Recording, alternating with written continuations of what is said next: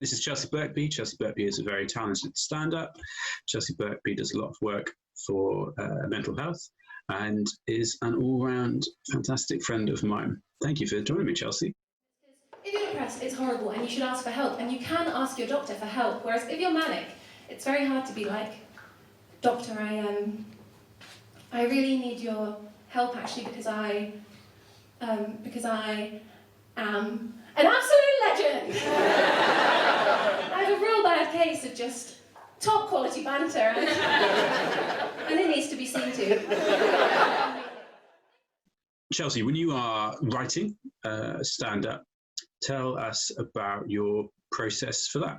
Do you stare at a bit of old technology, like a piece of paper? Do you have a computer? What do you do? I always use pen and paper when I need to figure things out. It's like when I'm writing, once I've got the idea, I need a computer because it's fast enough to keep up with what I'm thinking. Whereas when I'm trying to figure it out and get to the bottom of it, that's when I need a pen and paper, like big paper as well.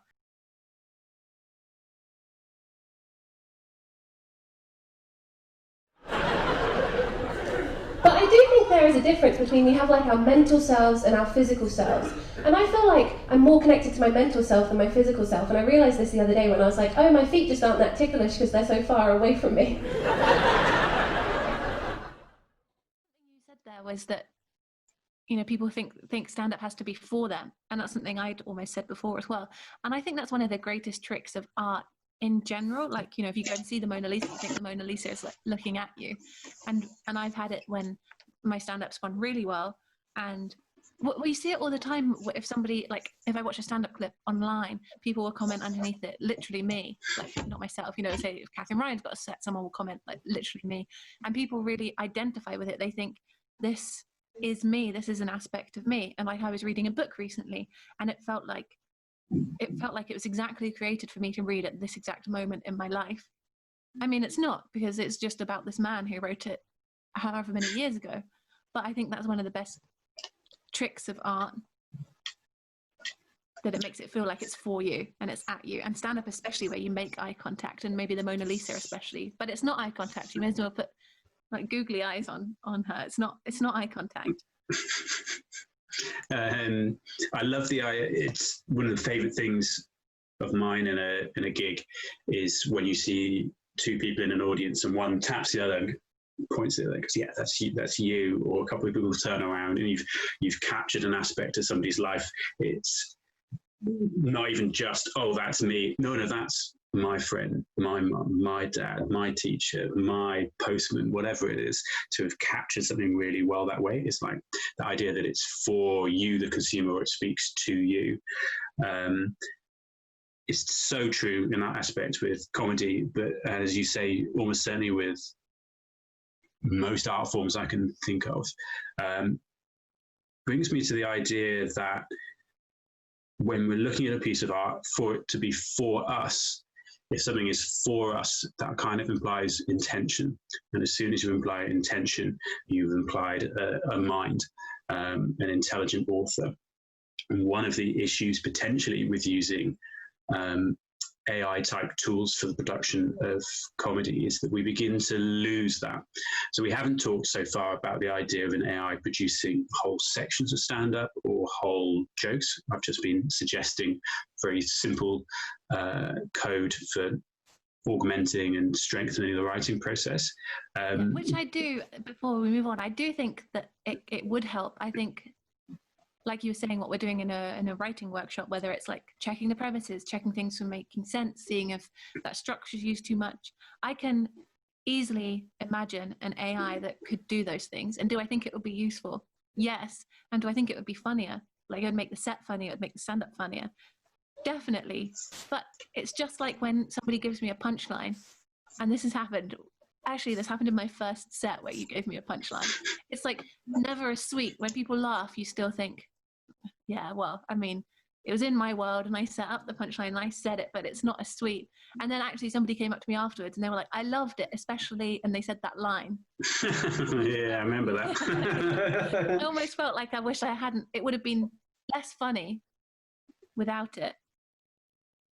But maybe it would have been, maybe I would have felt better. And I wonder if that's the same for AI. Like if I used AI to help my writing, would I feel the same? It's a theme that's come up a lot, that there's a number of stand-ups I've talked to who would feel like it takes something away. There have definitely been some who've quite vehemently said, absolutely not. I will take a punchline from wherever, whenever. Have you got one? Can you give me one? But maybe those kind of jokes aside, even those people who would say, no, I definitely would use it, there's definitely lines that they would draw. I don't know any stand-up that would take a punchline, for example. They would have to be sort of collaboratively sort of produced. That probably ties more into the idea that one can steal jokes, and that's kind of a theft sort of thing.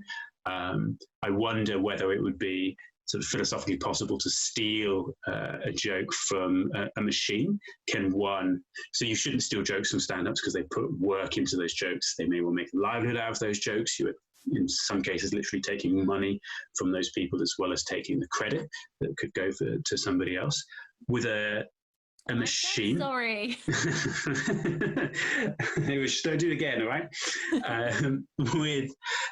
With a machine, would you be able to steal in that way? There's no, maybe the creator of the machine doesn't get some certain type of credit or wealth that they might take from that, but it's not quite the same, I suppose. Well, this is a secret of mine, that one of my best punchlines, like annoyingly one of the best punchlines, like it makes me feel like how bands must feel when people just want them to sing that one song. Like I feel like I'm Oasis and this is my Wonderwall.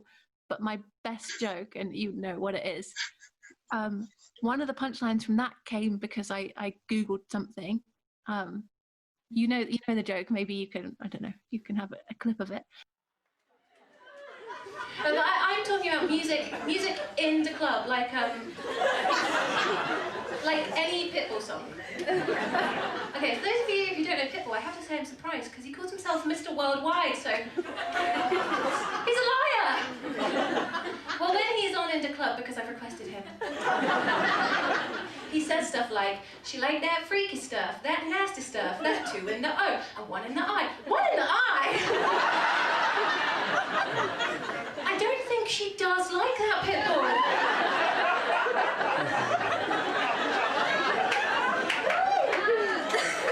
And I Googled him, and I don't think he's a particularly nice man, okay? Loads of troubling articles come up. Stuff like Pitbull attacks toddler.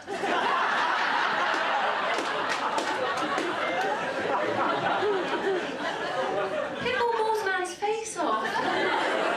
Pitbull banned from breeding in the UK. Keep him away from those bitches. I will actively, if a joke is missing a punchline or I need an extra tag in a bit to get more humor out of it, I will actively do what you did there. I will Google image search just the nouns in a set, and that can do, a Google image search can do a lot of the connective process to find an unusual link that perhaps you hadn't thought of and things like that. I find for me that it doesn't take away my feeling of ownership from it. I feel like that has sped up a process that had I sat down, I could have done myself. I wonder whether you could do it with paper, with things like a thesaurus and stuff like that. And so a writer would very quite happily use a thesaurus. I think so. I don't want to speak for all writers. Maybe some writers might feel that they were cheating using a thesaurus. I think people would. If I had a love letter, and I'd feel a bit cheated if I think someone had like a thesaurus out and they were like, your hair is, and then they were like, oh. That is a very low bar for cheating in a relationship. If you were like, I can't believe it, my partner's cheated, there'd be tears and people would be hugging you. He's like, you used a thesaurus. You get, I don't know, I'm not sure I'd have very much sympathy, but I do know what you mean. I do know what you mean. But then maybe that's another one where I'd like it more. If it makes a better letter, I'd like it more so long as I never knew.